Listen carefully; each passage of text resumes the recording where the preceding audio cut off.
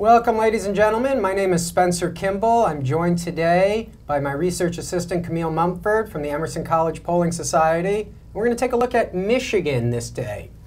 Camille, what happened in our Michigan poll? So looking at the Democratic primary, we saw Biden take the top with 40%, and Mr. Sanders with 23%, Harris in third place with 12%, Elizabeth Warren with 11%, and then Klobuchar with 5%.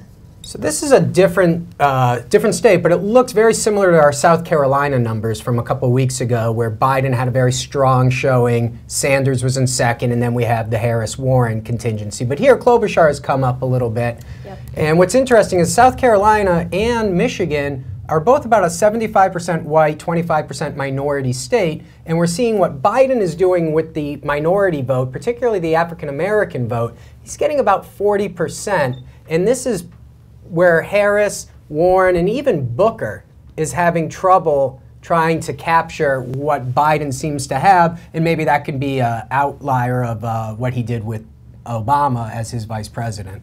Yep, definitely. And we saw with the youth vote that Sanders is still leading Biden. That's one group that he has a pretty good control of. So the 18 to 29-year-olds, he's leading him like 32 to 27% in the Michigan, which is not as high as necessarily in other states. Because what we saw in New Hampshire and what we've seen in South Carolina is Sanders closer to that 45% of the youth vote, right, which is really carrying him in those early states. And so one of the issues that we have, though, in Michigan is Detroit. Detroit's an area that, when we took a look at the results of 2016, Ann Arbor, Michigan, Flint, Michigan, they had very similar turnouts to 2012. But in 2016, Detroit was down by about 60,000 votes.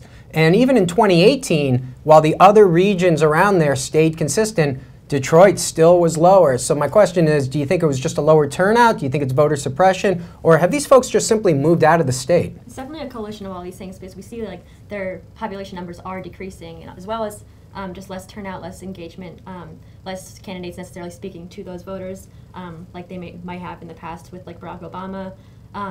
But yeah, we don't really see a significant enough decrease from one of those things to make a decision right now. And just remember that Clinton loses this state by 10,000 votes. She gets 60,000. There's 60,000 less votes in Detroit. If she wins that 2-1, she wins the state by 10,000 votes. So a lot can happen on a turnout factor, and that takes us into the general election, where I think Klobuchar and Biden were running the best against Trump. And they're kind of seen as more of the moderate candidates in this race, too, so that says something about Michigan's electorate as a whole.